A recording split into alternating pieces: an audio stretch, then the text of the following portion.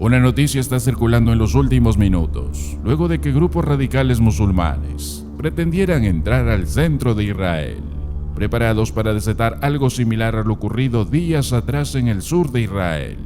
La intención de los radicales era crear el caos dentro del corazón de Israel, ya que según los especialistas, estos se estaban dirigiendo a Jerusalén, el lugar donde existe mucha población de Israel. Pero las fuerzas especiales de Israel y las fuerzas policiales lograron frustrar el ataque de manera impresionante en un puesto de control de un túnel cerca de Jerusalén. Un soldado de las FDI del batallón Erez identificó un vehículo como sospechoso que llegó al puesto de control del túnel.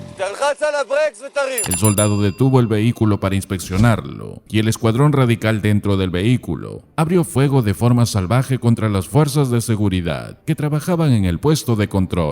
Las fuerzas israelíes, que incluían policías y guardias especialistas, reaccionaron rápidamente, desatándose un intenso enfrentamiento cara a cara contra los grupos radicales musulmanes, en donde luego de la persistencia de especialistas de Israel, impidieron el ataque mucho mayor planeado por ellos. Posteriormente, las fuerzas de Israel localizaron dentro de ese vehículo diversos rifles, pistolas, cientos de balas y muchos cartuchos, por lo que ellos tenían el objetivo de ir en contra de la población en el centro de Israel. Durante el incidente, falleció el joven cabo de las fuerzas de Israel, Abraham Patna, de 19 años. Además, otros especialistas resultaron heridos en condiciones leves y moderadas. Decenas de personas acudieron a consolar a la madre y a las hermanas de Patna. Sus comandantes dijeron a su familia que él salvó a Jerusalén, porque estos radicales tenían objetivos malvados en contra de Israel. Su madre expresó lo siguiente: "Me alegro de que haya hecho lo que hizo y haya salvado a mucha gente. Su pérdida es muy difícil para mí. Lo quiero mucho. Él se encargó de todo por mí". La población quedó consternada frente a lo sucedido y a la vez agradecidos con el joven valiente que dejó todo para defender a Israel de estos radicales musulmanes. El jefe de la policía de Israel expresó lo siguiente a los especialistas que impidieron este ataque masivo radical: "Ustedes interrumpieron sus planes, ya que actualmente estimamos que el objetivo estaba en otro lugar y evitaron un ataque a una escala mucho más grave". Sin duda se está desatando cada día que pasa un esfuerzo masivo en contra de Israel, desatándose ataques en las fronteras, ahora incluso queriendo entrar dentro del corazón de Israel, llevando esta oposición no solo en la tierra territorial de Israel, sino también en distintas partes del mundo, en donde habitan residentes de Israel. Cada vez más está creciendo esta oposición, mostrándonos que Satanás está actuando desmedidamente para acomodar los tiempos para la llegada de su anticristo. El día de hoy son muchos que quieren destruir a Israel. Hay cierta dimensión demoníaca intensa acerca de esto, porque son motivados por Satanás mismo, quien ha generado esta oposición a Israel, para tratar de acabar con ese pueblo. Y conforme vamos viendo crecer esta animosidad de distintas partes del mundo, y diversas alianzas como por ejemplo la alianza ruso-árabe creciendo, con todo esto, vamos viendo cómo el retrato entero profético se está preparando, porque llegará el día en que van a ser rodeados por toda esta potencia opositora. Van a tratar de escapar al buscar una alianza con un hombre quien también está capacitado por Satanás, cuya descripción es conocida en la Biblia como el Anticristo.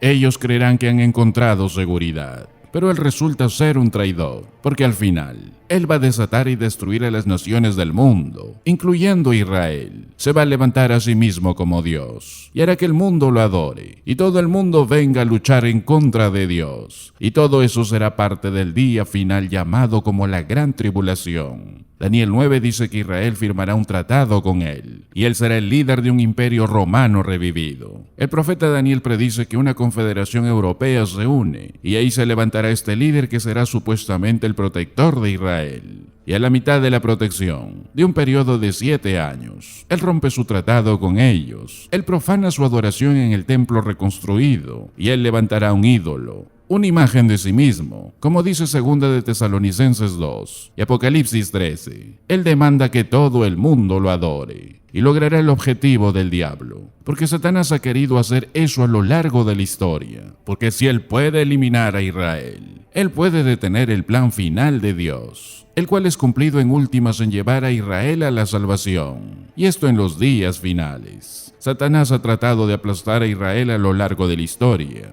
y cuando el anticristo se apodere de Jerusalén, cuando establezca su trono ahí en Jerusalén, en ese tiempo, Israel será muy vulnerable. Por tanto, cuando veáis en el lugar santo la abominación desoladora de que habló el profeta Daniel, el que le entienda, entonces los que estén en Judea huyan a los montes.